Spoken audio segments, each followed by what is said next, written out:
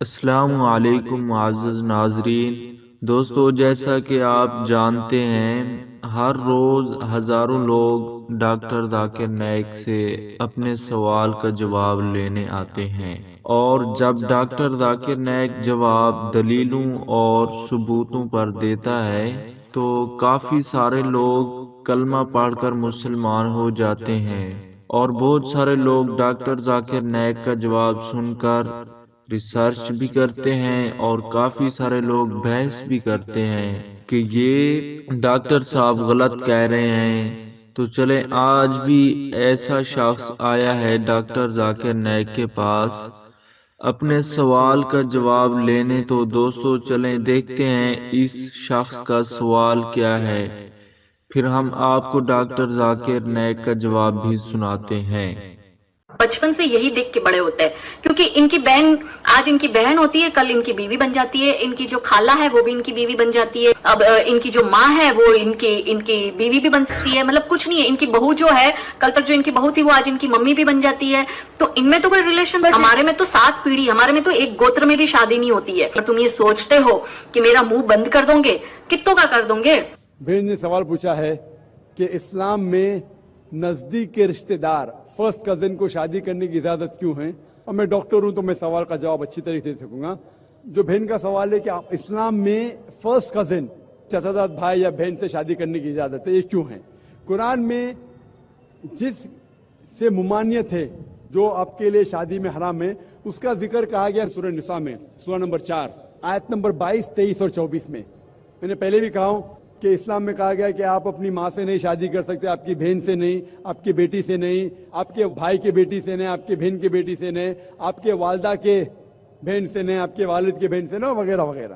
اس کے اندر چچا زاد بھائی اور بہن کا ذکر نہیں ہے، تو کیوں الاؤڈ ہے؟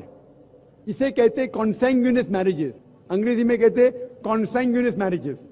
آج کی سائنس جو کہتی ہے کانسینگیونس میرج سے they can be genetic problems, لیکن غور کیا جائے گا تو آج کی سائنس یہ کہتی ہے کہ اگر آپ اپنے سگے بھائی یا بہن سے شادی کرتے ہیں تو بہت امکانات ہے کہ دیر میں بھی جینیٹک پرابلم، آپ کو کئی بیماریاں ہوں گی۔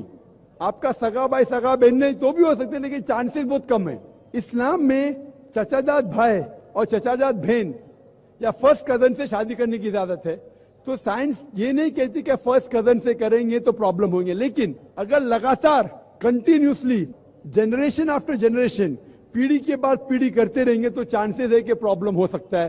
ڈاکٹر احمد صقر اپنے تقریر میں کہتے ہیں کہ اللہ کے رسول نے کہا ہے کہ جنریشن آفٹر جنریشن لگاتار پیڑھی کے بعد پیڑھی اپنے فرسٹ کزن چچا زاد بہن یا بھائی میں شادی مت کرو، اس سے بیماری کے امکانات ہے، لیکن ایک بار کرنے سے نہیں ہے۔